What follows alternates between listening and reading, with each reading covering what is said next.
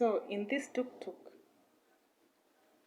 he now put the pictures, the photos, some half naked, of the great musicians. It was just printed all over. Again, he will come back in the evening and you find that the tuk-tuk is just dirty with bubble gums and the prints of mirror. So he turned this tuk-tuk into another altar. And when we talk about idol worship, it doesn't only mean that you go physically and bow down to an idol, or having these snakes, the idols of worship. Some even have dead people as their idols. Some even have infants locked in rooms in their houses as idols. Idol worship also is exercised through these charts, these pictures of people. This is idol worship. Like when you have the pictures of the great people, the great musicians, some half naked, hanged in your house, hanged in your rooms. You have them in your phones. This is exercising idol worship. Like the most idol worship has been exercised through our country. The rule that was laid that in each business, the picture or the portrait of the president must be present. This is to the exercise of idol worship. So Nick had a covenant with this tuk-tuk. He brought it to the altar of the Lord Almighty. So it was supposed to serve godly exercises, but it never served. He turned it into another altar that exalted the dark world, meaning that he decided to exalt the dark world in his life rather than God. So this tuk-tuk, it turned into something else. At first he started with the help of another boy, but I don't know what happened. They got into an argument and the boy had to go his own way. Then another day he came, he said that they had an accident at Joyland. They fell with the tuk-tuk, but luckily no one was injured, but the tuk-tuk got damaged. So sometimes you will go to work, you expect that in the evening at least he comes back with something, but you hear a phone call asking for me to lend some cash. Now that he knew that I was operating the M-Pesa of my mother, he will ask for some cash, saying that he will return that cash. At first he returned, but it reached a point he never returned. And still the tuk-tuk is like it became useless. Every day, every time, it is just repair. I don't know what is wrong, I don't know what is wrong. And still he had no cash. So it reached a point that I was no longer in a position to give him any cash, to lend him the cash from the M-Pesa that I was having for my mother. So this made him bitter, because to him I had cash and I was not lending to him. Why? Because he already had a debt, and still he was adding much debt because he still wanted the same money to be used to repair the tuk-tuk, but now it had become a pattern. Today this is being repaired, tomorrow it is this. So there was no profit, no productivity with that tuk-tuk. So this became an enmity, because now look here, there is the rent, there's the feeding, and Lindsay's school fees. His dad had promised to pay, but now it reached a point Lindsay came and I could read that fee structure.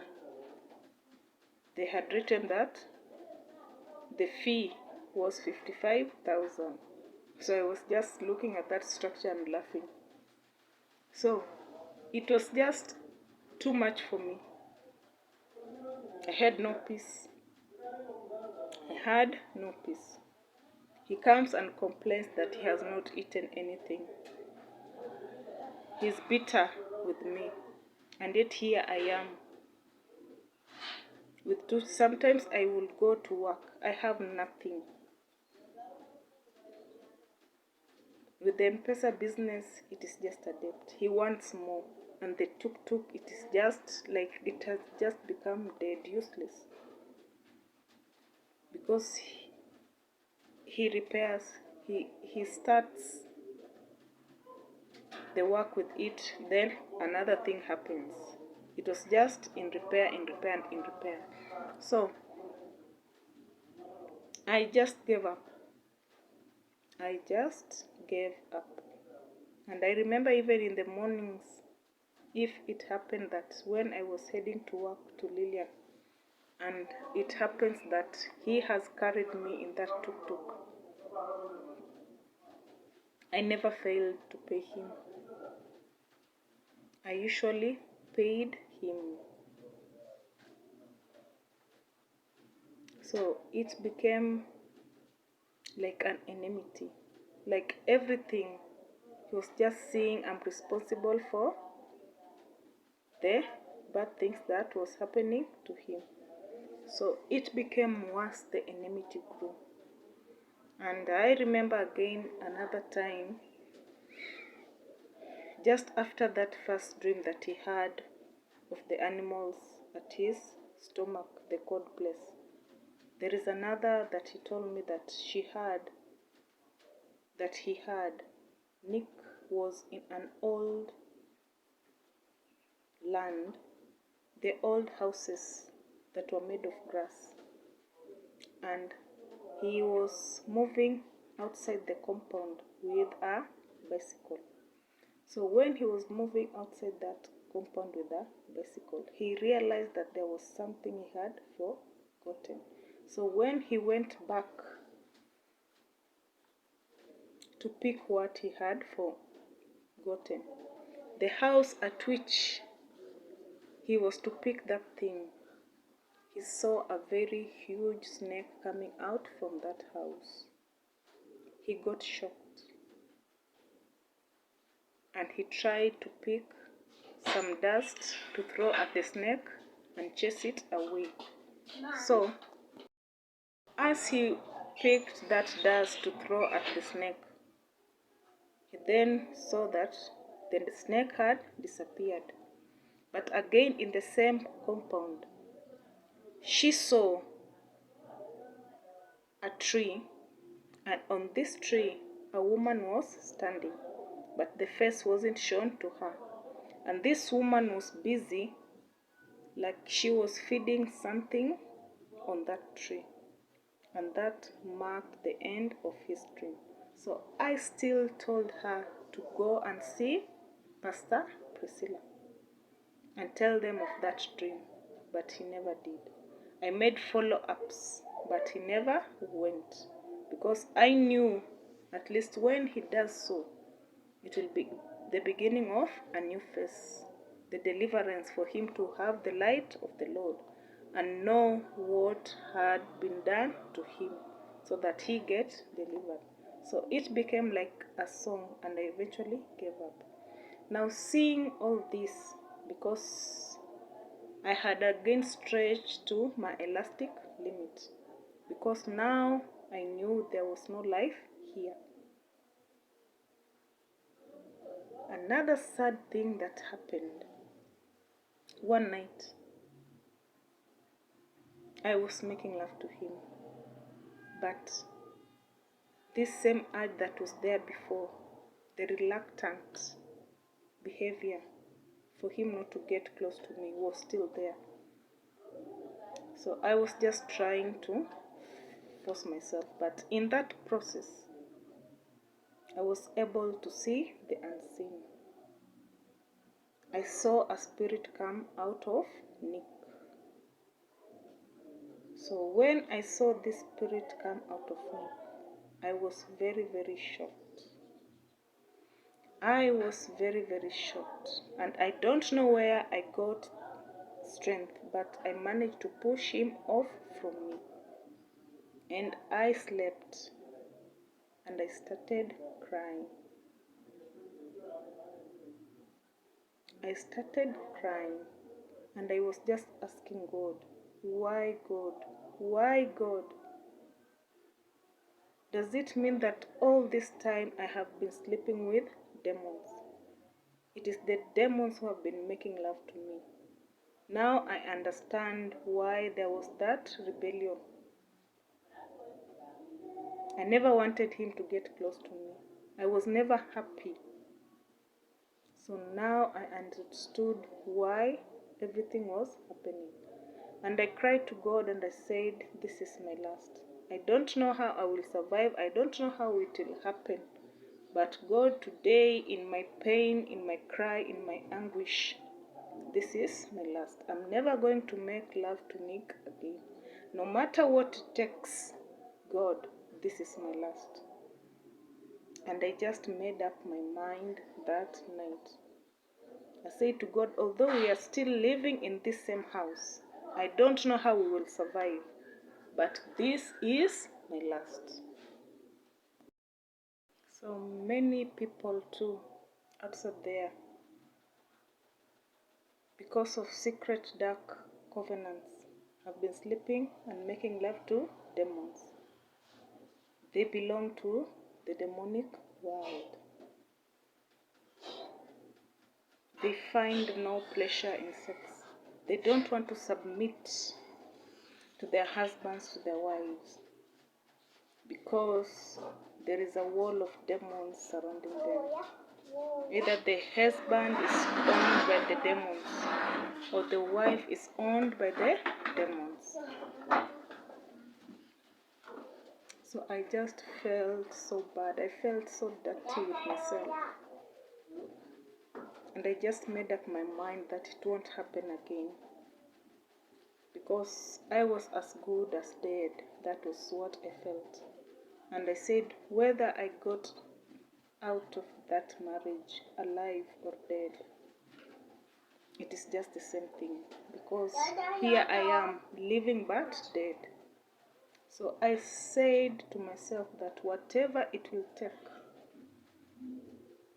even if it means death, it will be better for me, because even that death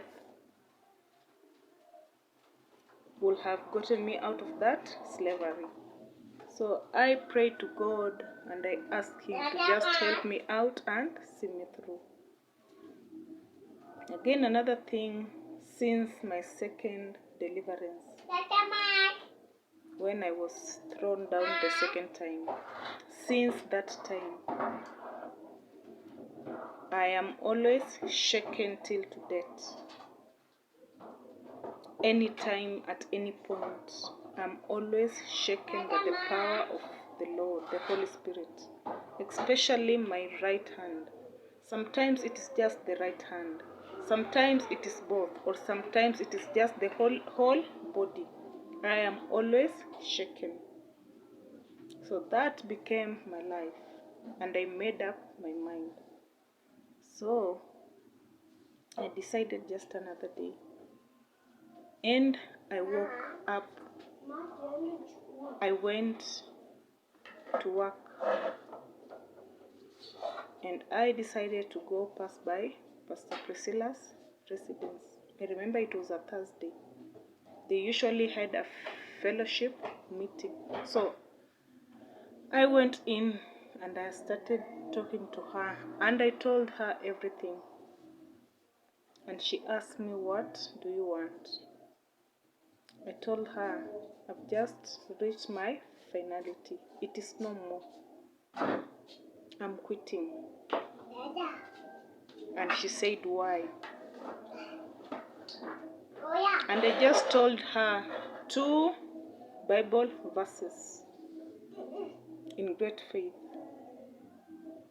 I told her that it is written that light and darkness never mix.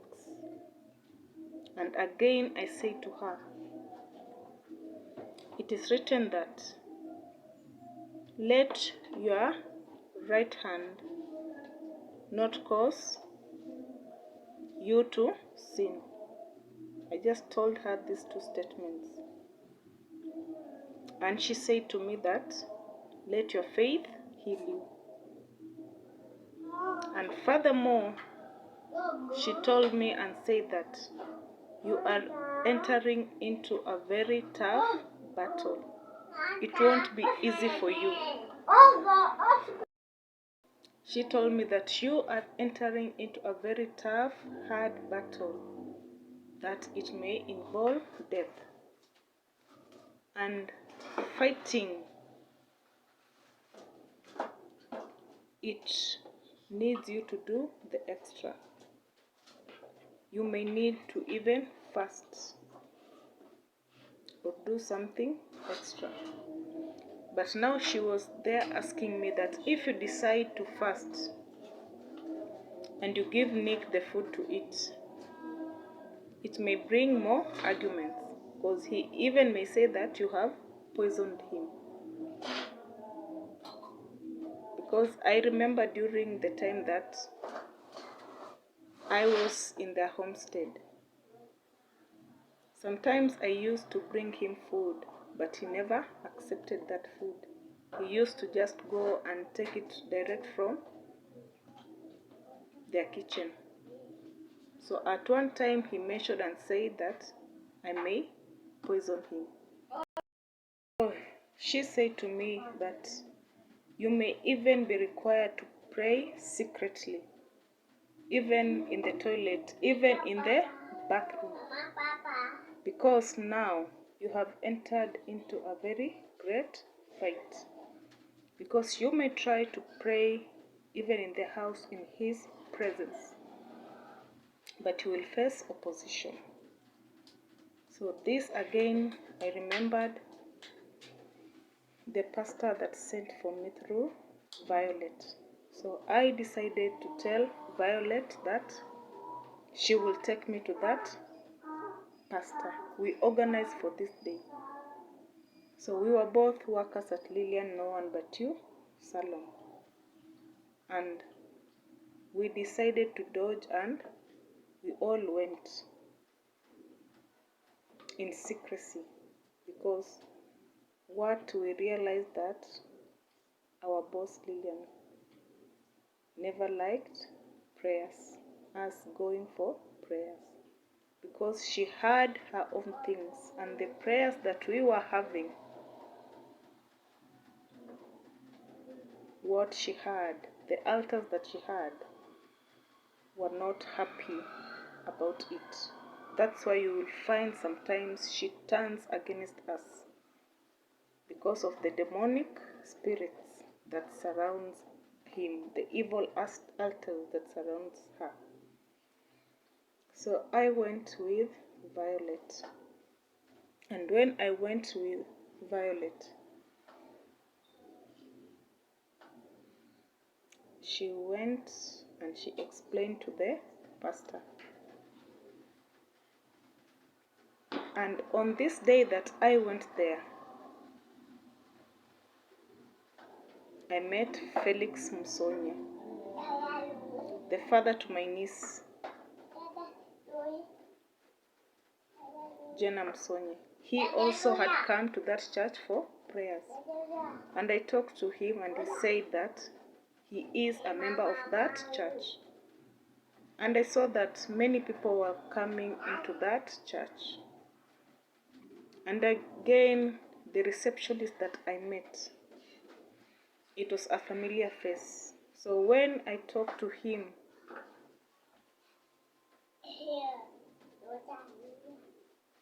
and now remembered the place where I met him. I met him when I was staying at Handidi with Lynette. So it is just a huge church. So I went in and explained myself to the pastor of the altar. And when he opened his mouth, the first thing that he said, and he repeated it twice, he said to me, "My girl, leave, abandon that homestead. My girl, leave, abandon that homestead. Achana na hiyo boma, achana na hiyo boma." He repeated this thing twice. And he said, even if you stay for many years in that homestead, there is nothing good you'll get from that homestead. You are under captivity. And you may end up dead. And he added and said to me that they have made you eat the bad, the forbidden secretly.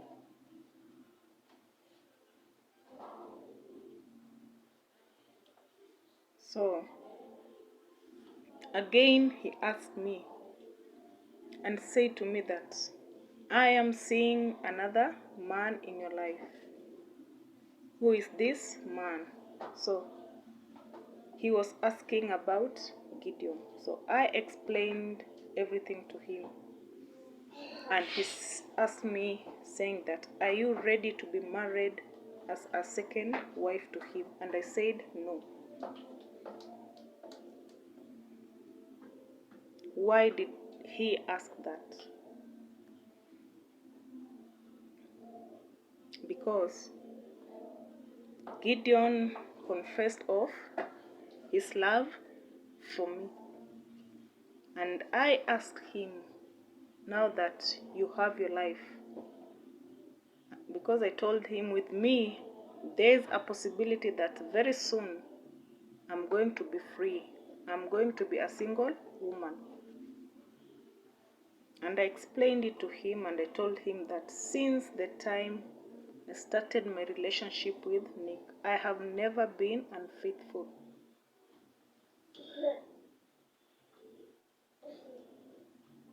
But now I have to live my life because of some things.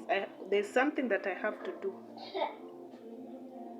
So I was asking him, how is it possible to say that you love me and yet you have your wife? And he was just replying that I love you both. Every time I asked him of this question, he always said that I love you both. But one thing I made it clear to him that in any chance, in any case, I will never be a second wife to anyone or someone. Unless if I shift and have my life, maybe if in future I get someone who is a widow, maybe I can settle with that person. But getting to be a second wife to someone, that it's a no for me.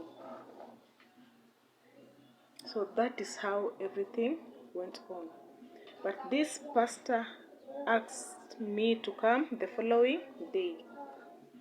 So on my way back to town at work, I remembered I shared this thing with Gideon, and in fact I told him how this pastor asked of him. So Gideon was there laughing. and he asked me, did you accept that you'll be my second wife? I told him, never will I accept. So knowing the situation that I was in, I knew this was an altar that was raised in my life, and this altar had to be broken, to be destroyed. And destroying an altar, there's an offering that one has to make. This offering, exalting God in your life. And there I was, bankrupt, having nothing, because I remember even the rent, we were in debt. So as I was wondering, thinking of what to do with my life, already I was falling for Gideon, and in the end I accepted his request, and I told him, I am not here to destroy your marriage that you have to your wife. I just want to cut the cords and make myself free. And I knew that destroying an altar, you have to do the same that was done, but of the light of the Lord Almighty. So, the way Pastor Priscilla told me that I'm entering into the main fight,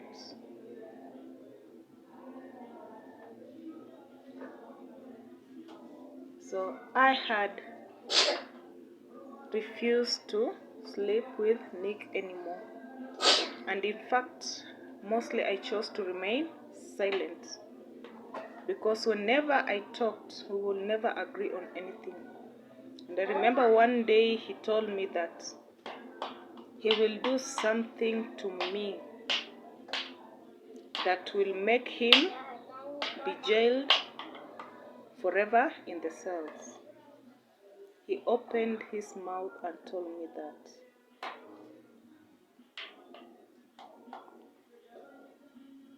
So one day I ate and I slept. So when I was sleeping, before this incident, there's another thing that happened. I was sleeping in the night, and that place where the rat used to come and pee, just in the night as I was sleeping, I saw a cat emerge from that place where that rat used to pee, and the eyes were glowing. They were big eyes and glowing, and this cat was holding a very sharp knife, and it was heading towards me, wanting to pierce me. But I saw it and I rebuked it, and that marked the end of my dream vision that I was seeing. So it was not much after that dream. After some days, I came home, I cooked, and I went to sleep. As I went to sleep, mostly I used to sleep, then Nick followed later, because sometimes he will just come, watch the TV, or decide to play loud music until the time when he sleeps. Even sometimes I didn't know the time that he used to sleep. And we used to sleep down on the floor. And remember also, this house was leaking. So as I was sleeping,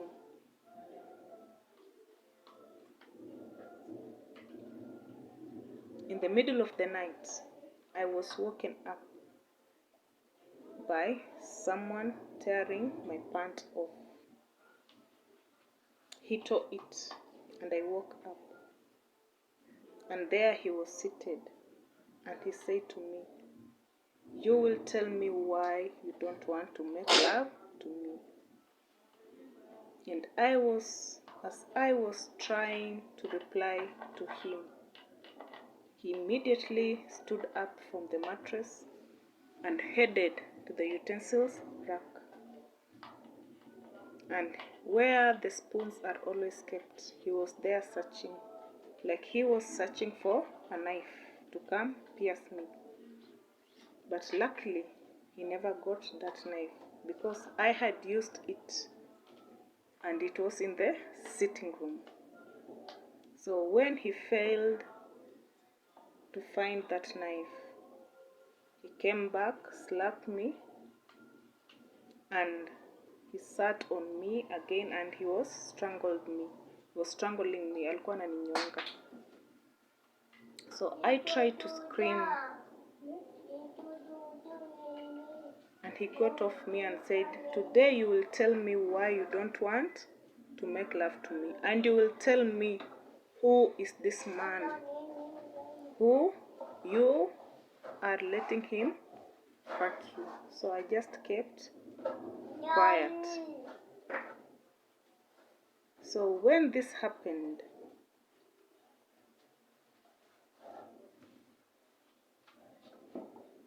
after he had calmed down a little bit, I just woke up slowly. I went into the sitting room where the dirty utensils were, and I managed to take that knife that I had in the house and I pushed it under the carpet. So I went back to sleep, but this continued because as I went back to sleep, I was just crying. I cried and I cried more. And I remember as I laid low, I was again woken up by another power. The whole of my body was trembling. The whole of my body was shaking. And I had a courage like never before. And I faced Nick. And I was trembling. I was being shaken. And I faced Nick. And I told him, "I am tired. I am tired, I am tired, I am tired. It is no more." And before this happened, when I saw that Nick never bothered to visit Pastor Priscilla and Alex about the dream issue that he had, I had decided to just face him direct and told him the truth about his parents. Like the time he was born, they dedicated him to witchcraft. He was made an altar. So when I told him, it's like I messed everything up. Nick said all the bad and harsh things, reminding me of how his father has been helping churches, donating many things to churches, building churches, and here I am telling him that they are associated with witchcraft. He added and said to me that I am a very evil girl and disrespectful. He said so much. And he also confessed and said that if I see them as witches, I will just have to go my own way. Now Nick's dad, the Divine Church that is around the area, it was Nick's dad who built it for them. And much more, he has even been welding windows as donations to churches. So that is why Nick was saying that My father donates, he supports church activities. And here you are telling me that they are associated with witchcraft.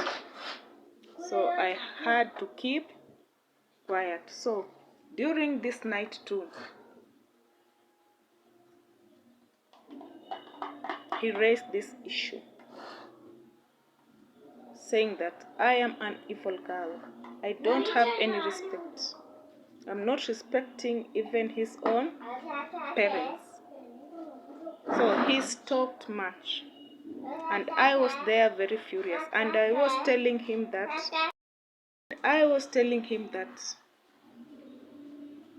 it is just my end. I am just tired. And I remember this night I told him, the same way you found me moving on with my life, and you decided to join me, just now pack your things and go back to your place, because I am tired, I am no more. This brought a huge fight. And as I was talking to Nick, I remember there's another voice that manifested through me. It was a deep voice, like a male voice. And it was commanding Nick to go away from my life.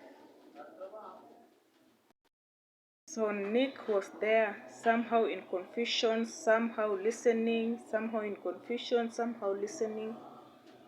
But I was being shaken. This night I was shaken terribly. So he expected me to be silent, but I never did. At the end,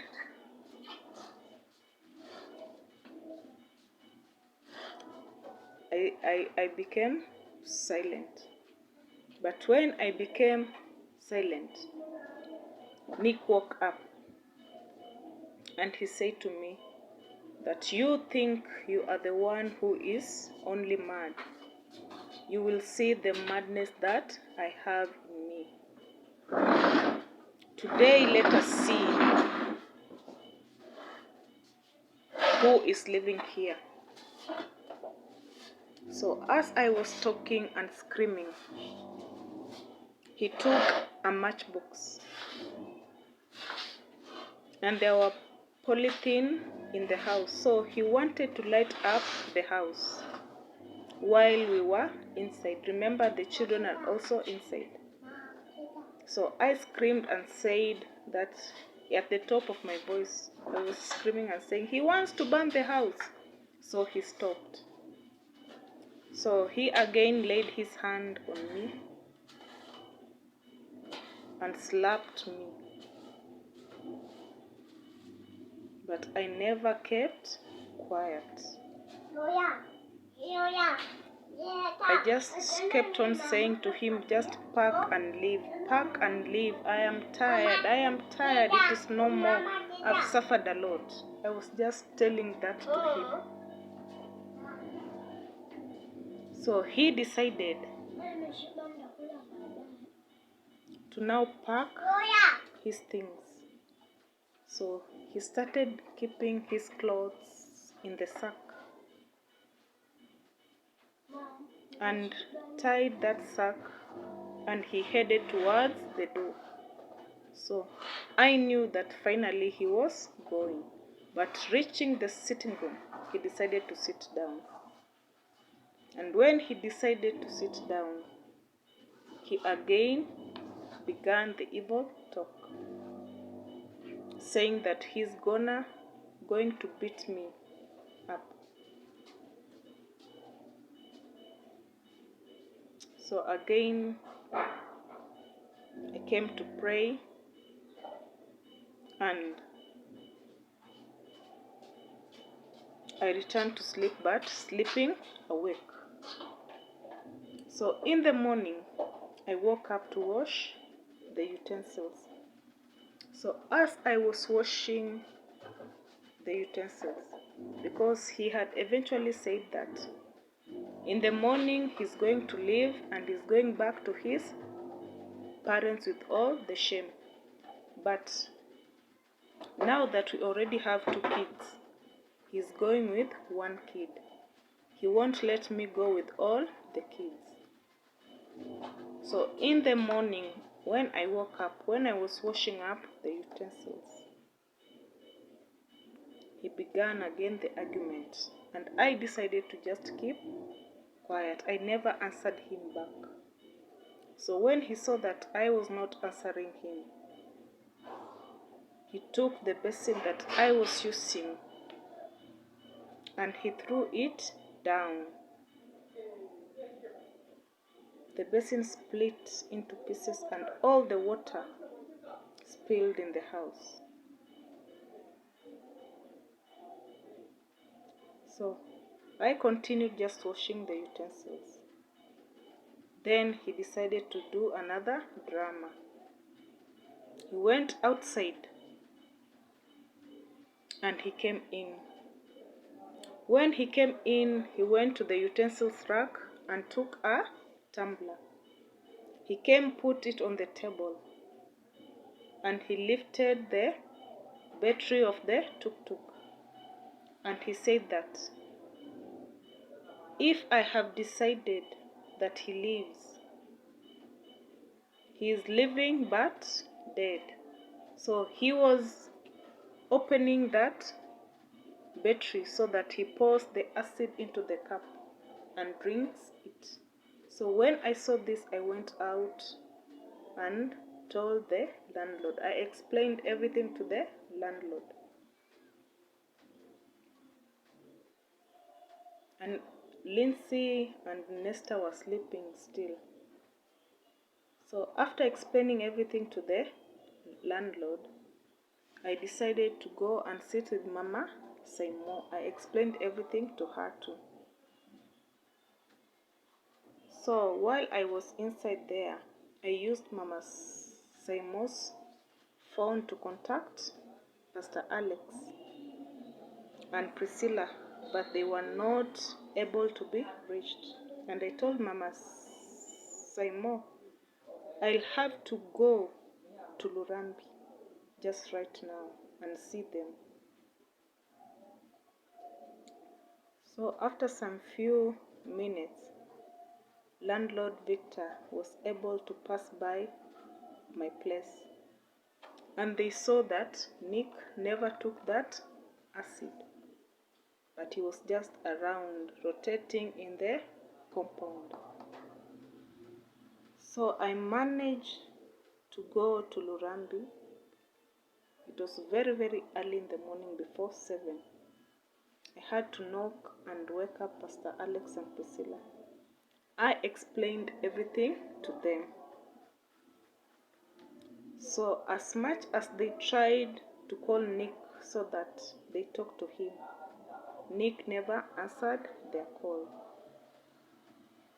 And they said that we must just go there. But before we go, let us all pray for the grace of the Lord, because it is now the evil spirits that have woken up in him. He is in capture of them. So we prayed,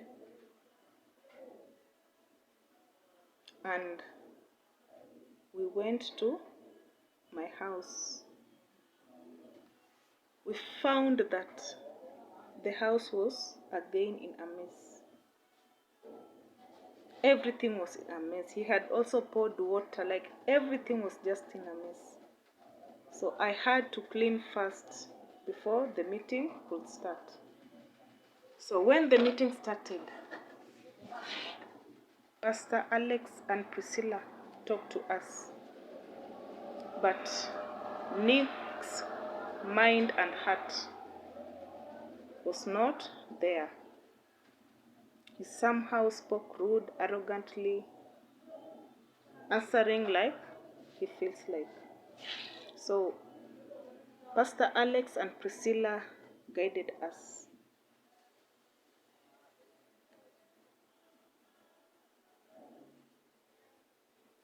And they asked for that we forgive each other. They even said that we hug each other in the end. But Nick was reluctant. He just forced it. Now the sack that Nick had packed, wanting to leave to their home place, Pastor Alex and Priscilla asked me to hold it on one side and Nick to hold it on the other side, and we carried it back to the bedroom and I had to unpack those clothes. So in the end, when Pastor Priscilla went and Alex went away, also Nick immediately, without uttering any word, he left and went. So when they reached Lurambi, they called me and asked me what happened after they left. And I just told them, when you left, he also left without uttering a word. So they told me, you are in a very big fight. Pray and pray harder. So after some days, I was interacting with my neighbors. Now they were telling me so many things. They said that day in the morning when I had gone to Pastor Priscilla and Alex, Nick was just roaming around the compound, speaking and saying all evil words. Even he had confessed and said that the time that I arrive with Pastor Alex and Priscilla, he will all cut us with a panga. And another thing, the following day, Pastor Priscilla called and said that she was given a vision of our place. And she explained that vision, saying that that whole area is under torment. That wealth, that land was built on illegal basis associated with dark altars. And she was reminding me of the picture that is on top of the house that belonged to our landlords. She was saying that you see the bottles that are on top of that roof. Those are not just empty bottles, because one may think that it was the children that threw that bottle on top. She said that that bottle is a bottle of urine, of rituals, and it has been placed there with a purpose. So they are people seeking the dark altars. And still, apart from the captivity that I am having, I'm still in captivity of them because of we have settled in their land. And he said that, why am I in captivity? Because I pay rent to them. The money is falling into wrong hands because they have been associated with this dark altar. So our money, the money that I pay them, is being taken to these ritualists, to these witch doctors. So we end up in their captivity too. As tenants, we end up in their captivity. So she asked me and said to me, it is better to organize and find another new place for me to live. Because still, as much as I am in stagnation because of Nick's homestead altars, there is another captivity, there is another stagnation that I am in because of the altars of that place that I am renting. Now you understand. This is another type of captivity.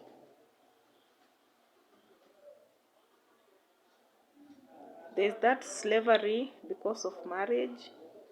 There is that slavery because of job.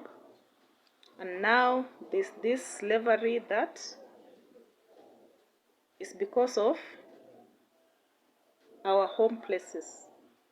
Whether we have built, whether we have acquired land. So that is how people have fallen into secret dark covenants and they end up in stagnation. they end up in torment. And before, I have told you the explanation that I was given by my neighbors, the other tenants, like Mama Glow and Mama Seymour. And remember the rats that were coming. Mama Glow spoke of the rats. I spoke of the rats. And also Mama Seymour spoke of the rats. And more so, I have told you about the thing that usually steps on the roof during at night. And also about how one day with the neighboring house that was empty, we had a fight and yet it was empty. So people have been also trapped. They have entered into stagnation just because of the places where they have chosen to live. It may be through the land that you bought and acquired. It may be through the inheritance that you received from your father or mother or your parents. It may be through the gift that you acquired from the relative. Because even during the weddings, most of the weddings, you find that the bride is always given pots by the mothers. It can be the mother-in-law or the aunt or the relative. Some bring these pots, but in your physical eye, someone sees it's just a normal pot. But in the spiritual eye, it is not just a normal pot. It is an inheritance, a dark altar that one is made to inherit. So you go put it in your house. You plant it in your house. Remember, you have planted a dark altar. To you, it is just an empty pot. But demons can't be seen. The evil spirits can't be seen. Because remember, I've also told you that I have been fighting with demons.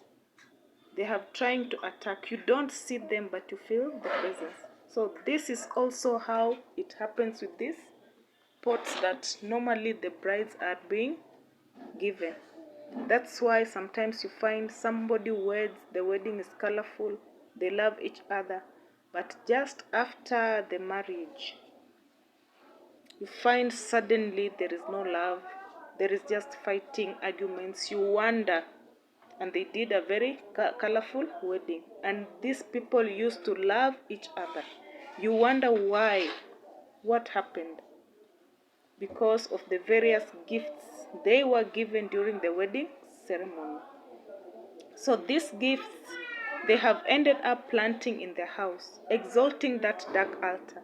So as much as they try and seek help, without destroying these altars, they remain under the slavery of these altars because it is in their house. It is something they have exalted. That is why it is always recommended that when you do a wedding, when you do any ceremony that you receive gifts, or whether you buy anything in your house, you always pray to God so that He sanctifies everything that is in your house. You pray to God that anything that is illegal, even if it is that TV, even if it is that sofa set, because some even bring the sofa sets, but they have planted some ritualic medicines inside those seats. So you pray that anything, let the blood of Jesus sanctify my house. Anything that is illegal, anything that is putting you under the dark covenant, you have to pray and let the Lord do the rest. You will see them breaking. And when it breaks, you see you have to dispose it off. Something just will happen for it to be disposed of. So many people have ended up in dark altars. Some have entered a house, and maybe this house, the owner that was there before used to be a witch. She used to do rituals in that house, burning some things that are known. Some houses, even some people died inside that house.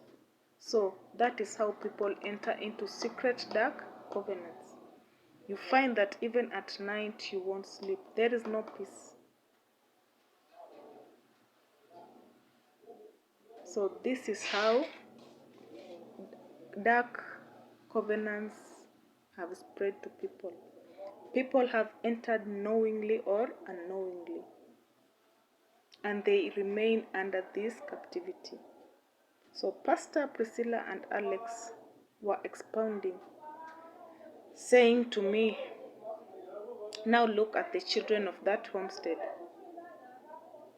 There's one who behaves like a mad person. Here is Eric, too, not behaving like a sane person. Mostly he just used to drink. And here is Victor. Victor, as much as he is trying to stabilize his life because he had a wife. But I heard that before, at one point, he also lost his mind and he was insane. And remember, I told you that when I entered to leave that land, to have a house in that land, a person who is new, one may think that it is a land that has no people. It is a land that has no life. But when you enter, you will find that people live in that place. So the whole land was dedicated to a dark altar. And Pastor Priscilla explained more, saying that that animal that always walks during the night, they are patrolling and guarding their property. And I remember again when Nesta was born. Sometimes I used to hear that animal like it is walking past my house, but it reaches a point as if it is in a stagnant position. It is not moving.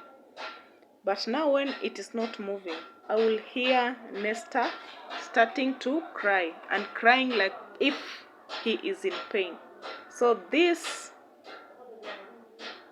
idols, through them, when a person lives in the land, also sacrifices are achieved. Because when a child cries that way,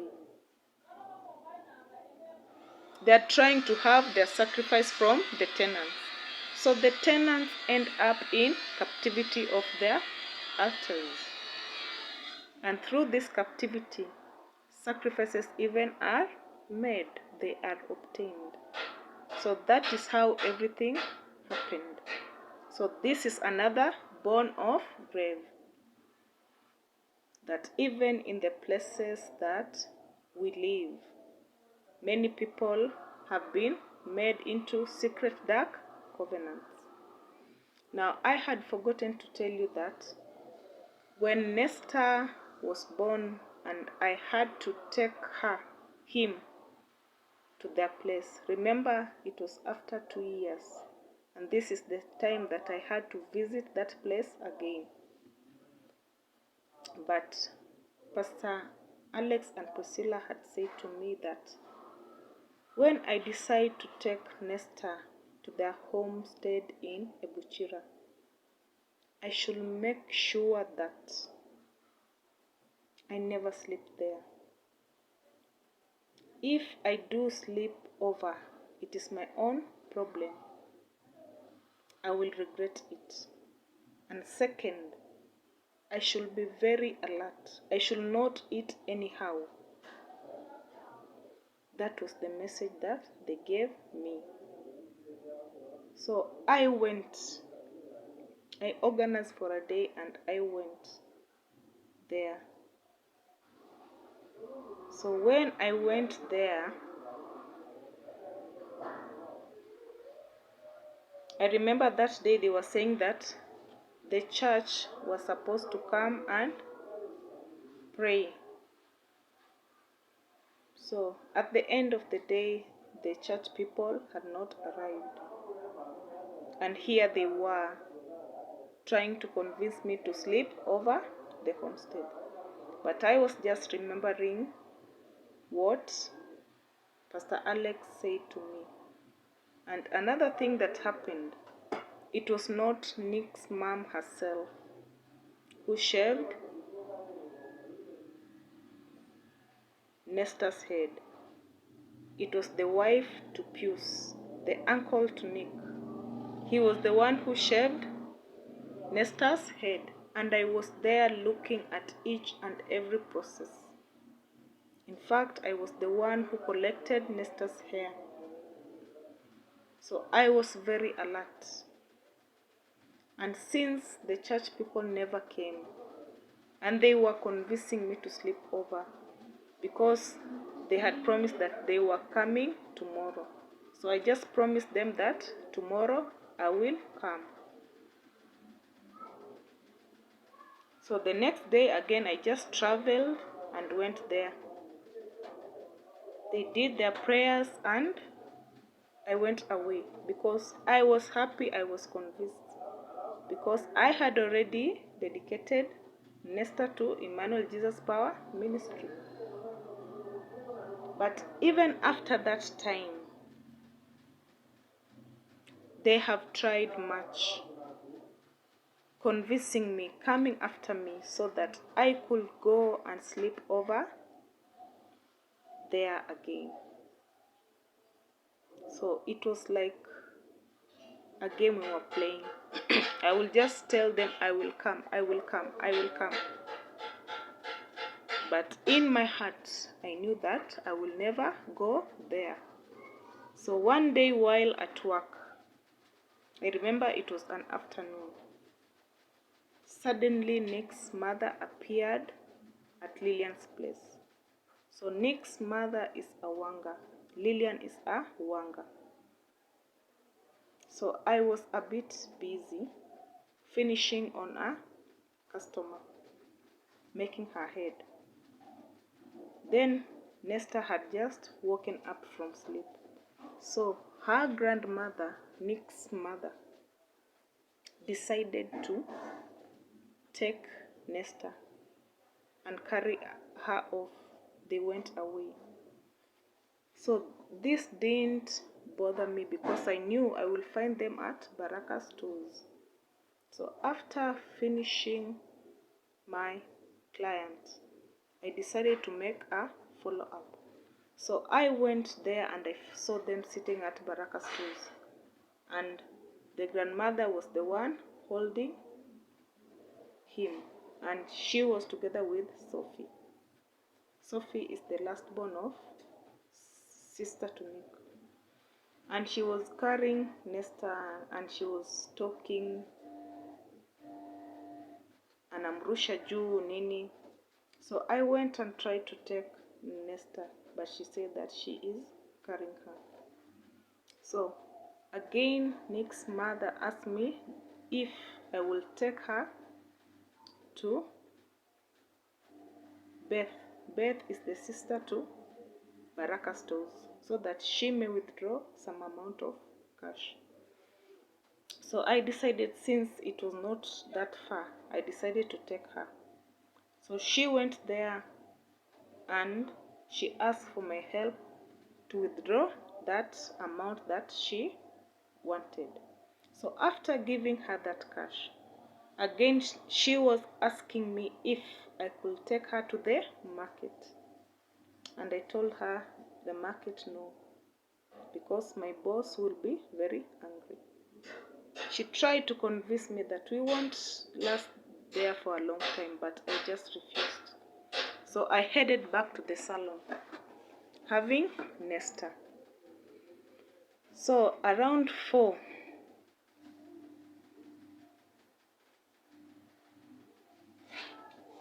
around 4, I was carrying Nesta. All of a sudden, Nesta started to cry. Nesta cried. Nesta cried. And it is not a normal cry, like a cry of pain. And you will see him the way, the move that he was making, like if that pain was originating from the stomach point, the stomach area. Because he was crying as if he was tearing apart. And remember, he's just a child, an infant. So I tried my best so that he will stop crying, but nothing happened. I tried even to offer her my breast so that he will suck. But what surprised me is that my breasts were no longer my breast. My breast had become like a stone. It was hard and heavy. Very, very hard and heavy. And as much as the child tried to suck, the milk was not coming out. So I was there desperate, in panic, not knowing what to do. And the child was really crying. It had attracted the attention of everyone. So in my panic, then we had another colleague, Domtila. She just spoke and said, "This child has never been this way at any time. We spend time with him. He has never been this way.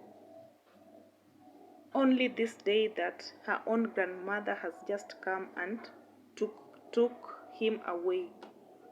Now he is behaving this way." So she was asking, there's something that this grandmother has done secretly to this child when she went away with her. So that's the time when I started connecting with the movements that she was making me to move. Like she wanted that I move with her. And then in the end, maybe I find myself at home, at their homestead in Duka Moja. So Lillian again said that, she said to me that you have a mother-in-law, but this mother-in-law of yours, this is what Lillian said to me. I had supportive work colleagues. They understood my situation, and mostly they would help me out, even in exchanging diapers whenever I was busy with a customer. So at this point, Jacqueline Zambi Mwende took Nesta in her arms. Mwende had so much love for Nesta, and many, even some customers, always thought that she was the real mother to Nesta. In fact, one day there was a customer who came, and when she came, she was being attended to.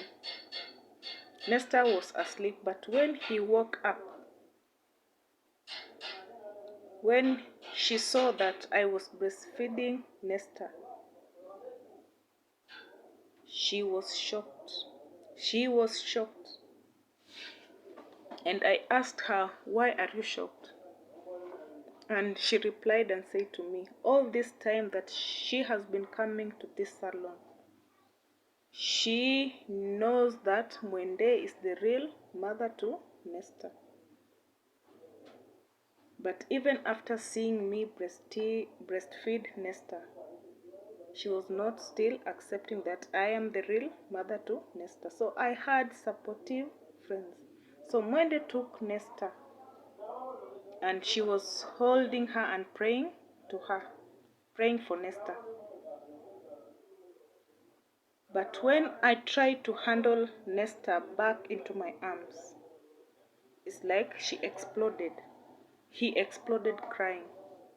So at this moment again, my sister Lynette came into the salon and she found the drama that was happening, and they were able to explain everything to her. So Lynette also there became a support. Lynette and Mwende were taking hold of him, praying for him, and in the end Nesta calmed down. After he calmed down, then Lillian told me that today is the day.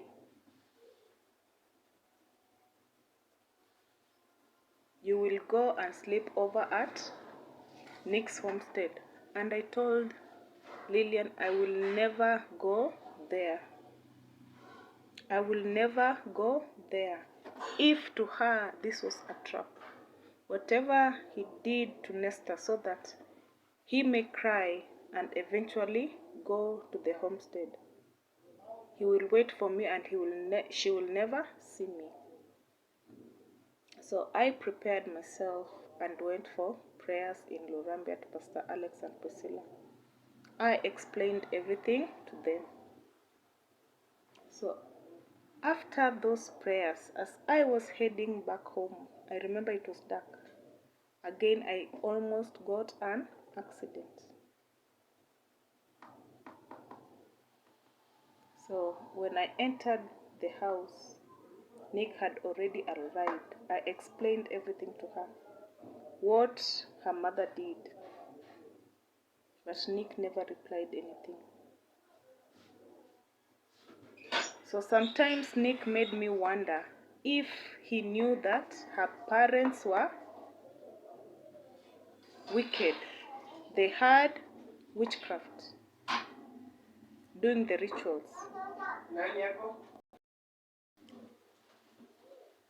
So he never replied, and I was just wondering, does he know this secret that their parents are involved in these witches, the rituals? So the next day it was Lindsay graduation party to PP1, and she had invited her grandmother, Nick's mother. So I again went for that graduation party, and Mwende accompanied me. So most of the time, now that Mwende knew everything that happened, she just carried the baby most of the time. And after the party, as we were heading home, Nick's mother, Nesta's grandmother, she opened her mouth and asked me, "Did the child disturb you yesterday?" And I answered and told her, "Not much." And I just went away. So I knew this woman is a great witch. And she did that on purpose. So since they noticed that I had refused to go and sleep over at their homestead, because they had planned something to do. They wanted to force me to inherit the witches, now that I had bore a son. And you normally know a son is a heir. So it was the perfect moment, it was the perfect time for me to be given that inheritance. And they wanted to give me either forcefully or whether I accept it or not accept it, they wanted to force it on me. So they wanted to trap me, they wanted to trick me and force that inheritance to me. That's why they were saying I go sleep over. So that night when I will have accepted to go and sleep over, this is the night that they were to force that witch inheritance to me, because I had a son, I had a heir, Nesta. And the inheritance is the inheritance that was being passed from generation to generation. And this inheritance is normally given to the firstborn son or the lastborn son or the favorite son. So Nick's dad was a lastborn. He inherited that. And Nick here was the firstborn. And I was the first wife. So I was to receive that inheritance. So now that a son had been born, so this was to be passed on through this other generation. So through me, Nesta was being made a heir too. So that is what was happening. That was what had been planned to happen. So that is why the Spirit of the Lord, through Pastor Alex and Priscilla, had forewarned me never to go there and sleep, because they said if I go there and sleep, it will be my own problems. So that is what she had planned. And now I understood why that day when I was in labor ward, after giving birth, and she heard that I had given a son.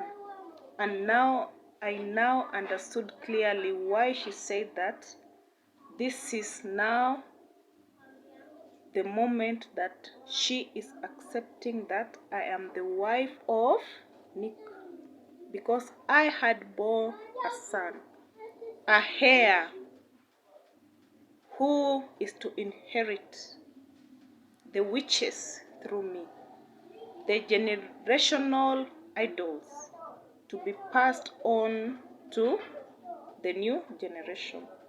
So many people have been made into these dark covenants, also unknowingly through traps. You have heard even some people have confessed and said that they were just told to prepare porridge. And when they prepared porridge, suddenly a huge snake entered that room. And maybe it licked them. They could not run away. So those are parts of the traps that people have been made to go through, especially the women who get married to homestead. So that is how people have been made to live under dark covenants. They are set traps. Or you have even heard others say that they had gone to the shamba and they had left their child sleeping. But when they come back, they found there was a snake that had coiled around that child. It is not just a snake. It is the snake belonging to that homestead. And through that coiling, the child has already been initiated to that witchcraft, has already been made a heir. So that is the forceful inheritance, the traps that people have been set. Or even you have heard some say that they were told that visitors are coming. They have to prepare the house. So someone wakes up, prepares the house, sets it clean. They wait for the visitors, no one comes. They wait for the visitors, no one comes. During the evening hours, suddenly some idol appears. Mostly snakes are the ones that are being used. But some even have dead bodies locked in rooms as their idols. So it was a trap that had been set for me. But by the grace and the love of God, God protected me all through.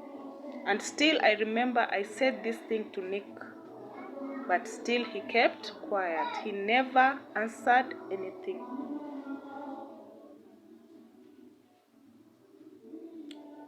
Every story that I am telling you, I'm not telling you for fun. Everything was ordained so that through my experience, everything that I talk about, you may be able to relate it to your life, your experiences. and know where you entered into secret dark covenants that are haunting your life, that have kept you in stagnation, that have made you not to receive the Spirit of the Lord Almighty. They act as wall so that you are not able to attain your salvation.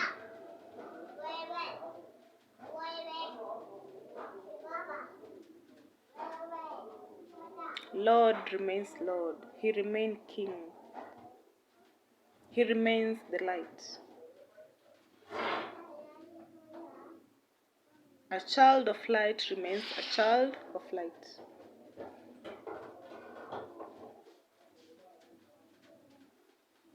And darkness will never outrule light.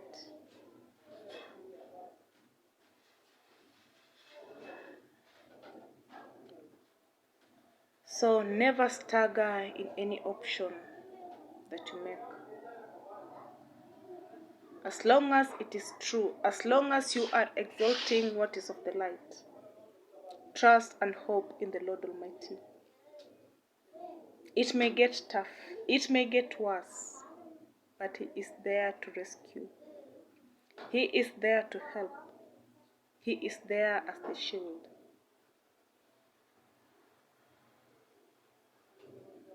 Another event happened between Nick and I. One day, the tuk-tuk was in repair and he had no money. Already he had a debt with the M-Pesa that I was having with my mother, and he wanted another cash. So I told him I don't have money. So he was very furious. And now he was asking for the logbook of the tuk-tuk. And I remember one time he gave me that logbook, and just at that time to locate where that logbook was, I didn't remember. So I was telling him I don't remember where that logbook is. This was understood in a bad way. It brought an argument, it brought a fight, and this fight was extended even to the children. In fact, I remember he slapped Lindsay and he was chasing the children, telling them, I don't want you, go and stay with your mother. And I remember this day, everything was put in a mess, just looking for that logbook. I had to air out every document that I had, just looking for that logbook, and I was not finding it.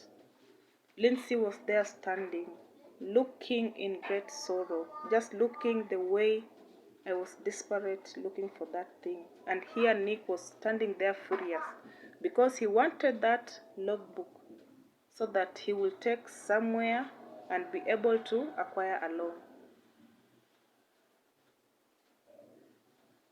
So I searched that logbook, and remember I was supposed to go to work. I searched that logbook, but I was not seeing. I searched for that logbook, but I was not seeing. Then, as Lindsay was just standing there, she said, Mom, let me help you. So we searched together, searching for the documents, searching. But in the end, Lindsay just picked